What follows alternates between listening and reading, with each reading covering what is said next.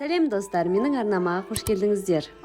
Кезекте әдемі шекеліктің жасалу жолын көрсететін боламын. Арнама жазылуды ұмытпаңыздар, алдағы уақытта басқа да шекеліктің түрлерін көрсететін боламын. Бізге қажетті заттар: дөңгелек, осындай бізге темір қажет болады, 6 дана, және астыңғы бөлігіне осындай салпыншақ ретінде кішкене темірлер қажет.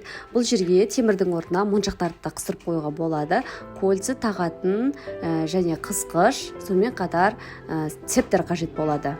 Мендегі бұл жерде көз мөлшеммен алынған. Цептерді өзіңіздің қалауыңыз бойынша басыңыздың өлшемімен алуларыңызға болады. Және осындай үлкен цеп.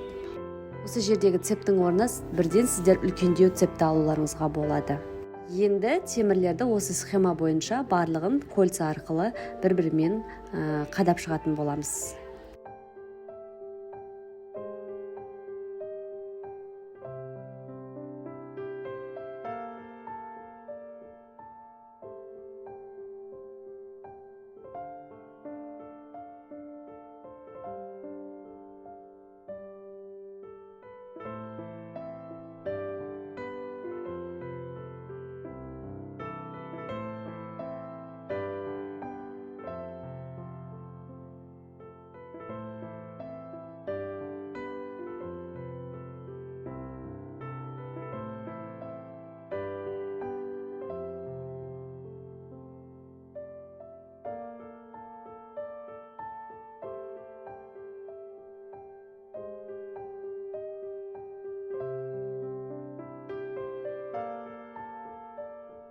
Міне біз барлығын темірлерді қадап орналастырдық. Енді астыңғы бөлігіне шашақтау болып тұру үшін осы темірлерді кольца арқылы орналастырамыз.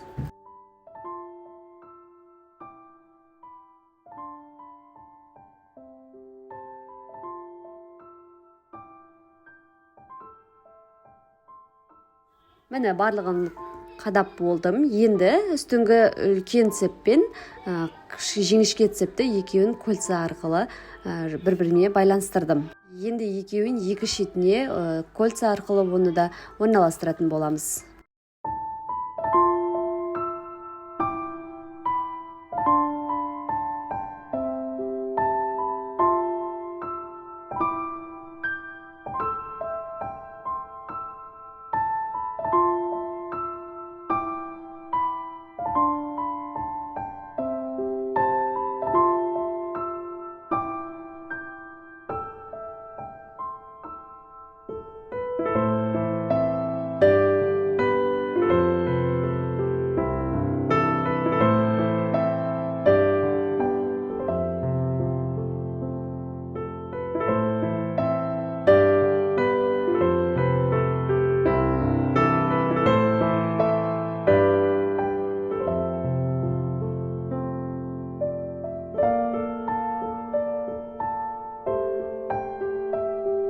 Міне біздің шекелігіміз дайын.